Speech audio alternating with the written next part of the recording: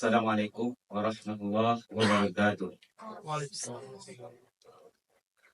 Alhamdulillah, puji syukur atas kehadiran Allah Subhanahu wa taala yang telah memberikan rahmat dan karunia-Nya kepada kita semua. Baik, pada kesempatan yang berbahagia ini yang sama-sama kita hormati guru besar kami, Profesor Dr. Madia Dr. Awang Azman Awang Kawi juga hadir bersama kita. Kemudian yang paling mulia di sini yang kami sering komunikasi, Dr. Saedah. Saya sebelumnya menyebut beliau itu profesor. Beliau mengucap terima kasih. Kenapa saya disebut profesor? 3 bulan yang lalu saya punya profesor, sebelumnya dia doktor, saya panggil profesor. Alhamdulillah, lepas 3 bulan langsung jadi profesor. Mudah-mudahan dengan ucapan ini menjadi doa. Jadi mudah-mudahan dulu juga menjadi profesor. Amin. Kemudian para panitia yang telah komunikasi dengan kami, saya nggak kenal orangnya nih, ada namanya Fatimah, kemudian Dr. Kartini Patin, ya. Ada Dr.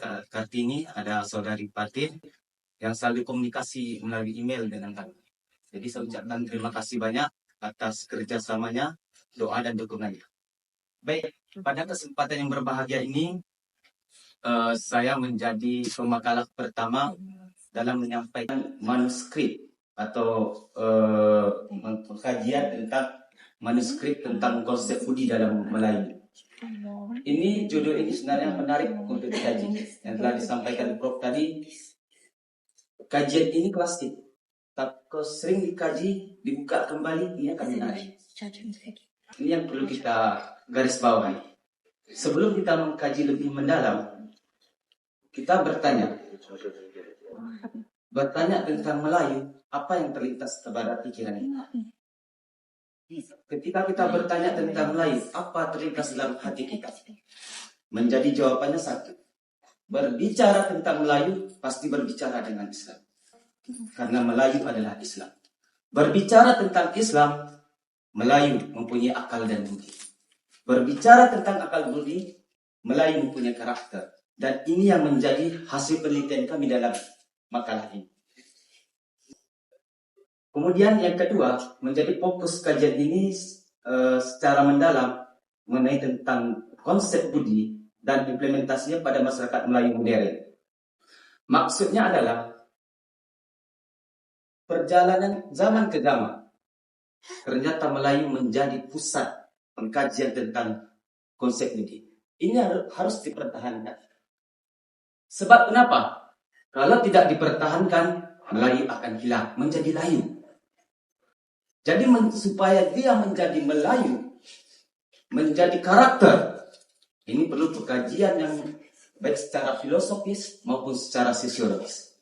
Jadi dalam konteks ini, saya akan menjelaskan 2 aspek. Yang pertama dari konsep filosofis dan makna sosiologisnya. Kemudian yang ketiga, penelitian ini juga menggambarkan secara umum bagaimana seharusnya budaya Melayu menjadi tolak ukur dalam kemajuan dan perkembangan pada masyarakat Melayu pada era modern. Baik, yang saya sampaikan di awal tadi, ini adalah menjadi tolak ukur Melayu berkembang atau tidak adalah generasi ini. Kalau kita tinggalkan, maka dia akan hilang. Ingat, zaman semakin lama semakin berkembang, semakin maju. Apakah Melayu tertinggal atau tidak? Tergantung pada generasi. Oke, itu yang ketiga.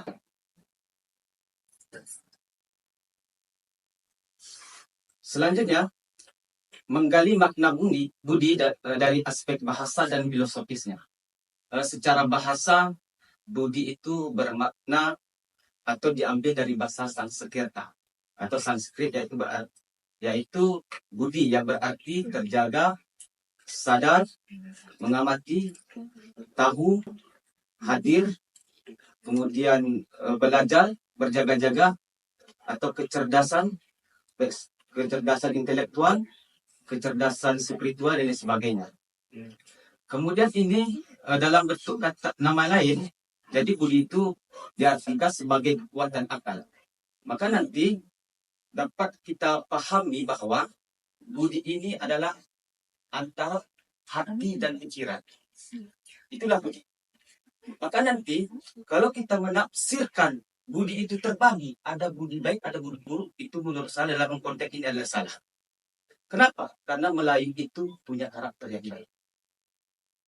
Jadi makna filosofisnya atau makna sosiologisnya atau makna hakikinya budi itu adalah sesuatu yang baik. Tolak ukurnya adalah hati dan pikiran. Maka saya dalam penelitian ini saya sangat menentang apa yang disampaikan oleh Dr. Lim. Dia menyampaikan budi itu mempunyai makna yang lain. Artinya ada budi buruk yang tak baik dan sebagainya. Saya tidak sepakat dengan ini. Kenapa? Yang saya pahami adalah hati dan akal itu melahirkan budi yang baik. Itu yang menjadi garis yang kita pahami bersama. Kemudian nanti ini menjadi banyak yang diartikan dalam bahasa Indonesia juga. Ada nanti budi pekerti, ada budiman dan sebagainya. Yang jelas pada hakikatnya budi itu adalah sesuatu yang baik. Ini tadi yang saya sampaikan. Ini istilah deadline dari kata budi. Ada nanti budi bicara dan sebagainya. Oke.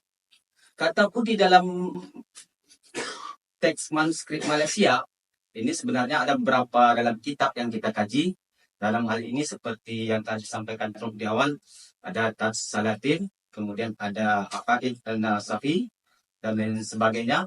Ini pada hakikatnya berbicara tentang ada kebijakan, mempunyai hati budi, kemudian seperti ulul albab, ada segala orang yang berbudi, orang yang mengajarkan dan mengamalkan ilmu itu juga berbudi. Kemudian ada nanti budi bicara dan sebagainya. Ini dalam hal ini juga budi itu juga disebut dengan bijaksana. Kemudian cerdas akalnya, cerdas intelektualnya. Itu juga makna atau terjemahan lain dari kata makna budi.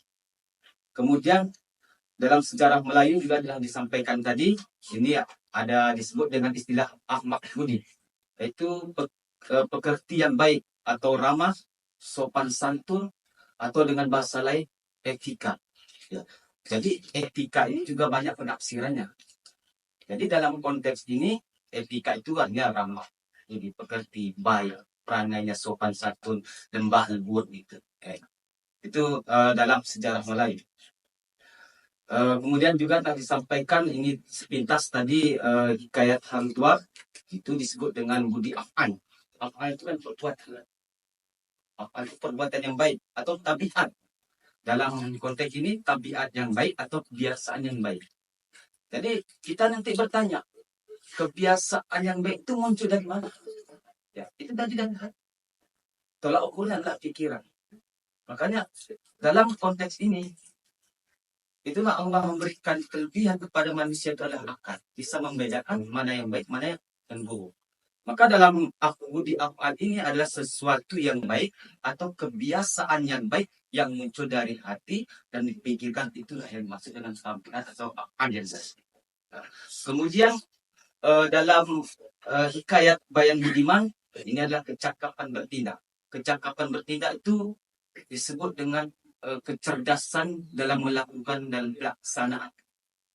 Jadi kalau kita melakukan satu pekerjaan yang akan kita kerjakan itu perlu kecakapan. Kecakapan seperti apa? Model contoh dalam suatu acara ada sesuatu yang kurang, maka kita cepat. Itulah ketangkasan. Dalam ketangkasan itu juga butuh dengan kecakapan yang bertindak. Bertindak di sini artinya melakukan sesuatu yang baik, bukan yang buruk. Kemudian di dalam Undang-Undang Malaka saya menyampaikan di sini, ini budi itu artinya bijaksana dalam mengambil keputusan hukum. Jadi dalam undang-undang atau peraturan dalam konteks hal ini, budi itu bermakna bijaksana dalam memutuskan atau mengambil sebuah keputusan. Artinya apa? Dalam mengambil sebuah keputusan harus ada azas keadilan. Di balik ada azas keadilan, harus ada rasa keadilan. Ini kan butuh kecerdasan yang luar biasa untuk mengambil keputusan ini. Makanya menjadi tolak ukurnya di sini budi. Bijaksana. Jadi hakim itu harus bijaksana. Seorang hakim harus memiliki budi dan pekerti yang tinggi. Kalau tidak, dia akan mengambil keputusan yang salah. Akhirnya apa? Keputusan itu tidak mengandung keadilan. Maka dalam konteks ini, dalam undang-undang Melaka ini saya memahami itu. Budi dalam dalam arti bijaksana dalam mengambil keputusan adalah adanya keadilan, adanya adil, dan adanya rasa keadilan. Itu berbeda. Adil, keadilan, dan rasa keadilan. Dalam konteks ini yang saya pahami ketiga-tiganya harus ada. Yang paling penting itu adalah rasa keadilan. Oke, itu maksud dalam undang-undang Melaka yang saya paham. Kemudian, ini tadi yang menjadi fokus kajian dalam makalah yang saya sampaikan ini, budi dalam konteks budaya Melayu. Tadi di awal saya sampaikan, berbicara tentang budaya Melayu, ini luar biasa dan disampaikan Prof. Ada rasa malu, sopan santun, etika, dan ini akan menjadi karakter. Karakter ini nanti pada hakikatnya dan kita lihat dari segi filosofisnya ini sebagai barometer dalam mewujudkan peradaban Melayu modern. Yang pertama nanti kita lihat dari segi aspek sosiologis, mengedepankan kecerdasan dalam bersosial. Ini maksudnya adalah dalam masyarakat Melayu, mengedepankan kecerdasan dalam bersosial itu adalah ketika dia melakukan interaksi sosial menggunakan bahasa yang sopan santun. Kita bisa cek di lapangan. Ya, ketika kami masuk ke bandara itu disambut dengan baik. Itu salah satunya kecerdasan sosial. Jadi kita bisa cek di lapangan. Jadi artinya ini harus kita pertahankan dengan baik. Sehingga nanti ketika orang luar datang, Melayu itu luar biasa. Sosialnya bagus. Ketika dia bertindak atau dia bersosial, luar biasa. Membangun dengan sopan santun. Ini yang pertama. Yang kedua, berinteraksi dengan bahasa yang humanis dan sopan santun. Humanis ini artinya ketika dia berbicara, tidak menyakiti hati orang. Karena ingat, dalam dunia hari ini sangat untuk pemikiran kita, ketika kita masukkan makanan dalam mulut kita, sangat hati-hati. Betul. Sangat hati-hati. Ini makanannya apa? So, kita dalam konteks Islam, halal atau tidak? Ini saya ambil dari mana? Tapi pernah nggak kita berpikir, ketika kita mengeluarkan omongan atau kata dari mulut kita saling terlebih dahulu. Kadang-kadang yang kita omongkan orang sakit hatinya. Maksud kita baik, tapi ada makna yang terkandung dalamnya. Ternyata saudara atau saudari kita sakit hati. Ya, dalam konteks Melayu, dia mengedepankan humanis dan rasa sopan santun ini yang luar biasa. Itu terus yang kita tanamkan dalam kehidupan masyarakat kita, terutama dalam konteks Melayu. Kemudian yang ketiga, dalam aspek sosiologisnya, bijaksana dalam bertindak dan mengambil sebuah keputusan. Ya. Tadi saya sampaikan di awal, Melayu, masyarakat Melayu itu bijaksana. Bijaksana artinya dalam sini mengedepankan rasa adil dalam bertindak. Tidak ada yang merasa dirugikan, tidak ada merasa direndahkan, tetapi dia mengambil keputusan itu adalah mengambil rasa kemanusiaan, rasa keadilan, sehingga ini menjadi cerminan masyarakat Melayu. Kemudian dari aspek filosofisnya, ini adalah sebagai nilai yang terkandung dalam budaya menjadi pedoman dalam segala hal, baik dalam bidang politik, dalam bidang sosial, dalam bidang pendidikan, teknologi, ekonomi, dan sebagainya. Ini akan menjadi sebagai nilai. Nilai di sini artinya nilai yang baik. Ya. Kemudian sebagai karakter, moral dan etika dalam menghadapi perubahan dan perkembangan zaman. Kita tahu Melayu hari ini dalam tanda kutip kita minoritas. Data lapangan bisa kita cek, kita minoritas. Bagaimana kita mempertahankan ini dengan seiringnya perkembangan zaman? Makanya di awal tadi menjadi tolak ukurnya adalah pemuda hari ini, kita hari ini. Kalau tidak kita mempertahankan karakter kita, maka kita akan mundur. Kita akan dijajah secara teknologi. Perang canggih sekarang ini bukan perang senjata, tetapi perang pemikiran, perang budaya, perang pendidikan dan sebagainya. Ini bisa kita lihat. Dan ini dilakukan orang luar. Nah, maka dengan demikian kita harus mempertahankan karakter kita ini, kita harus mempertahankan moral dan etika kita ini dalam menghadapi perubahan dan perkembangan zaman. Sehingga apapun yang terjadi, kita tetap bertahan, minimal bertahan. Kemudian yang ketiga, sebagai barometer dalam mewujudkan peradaban Melayu modern. Harapan kita semua ini bisa menjadi sebagai pusat pengkajian Melayu modern.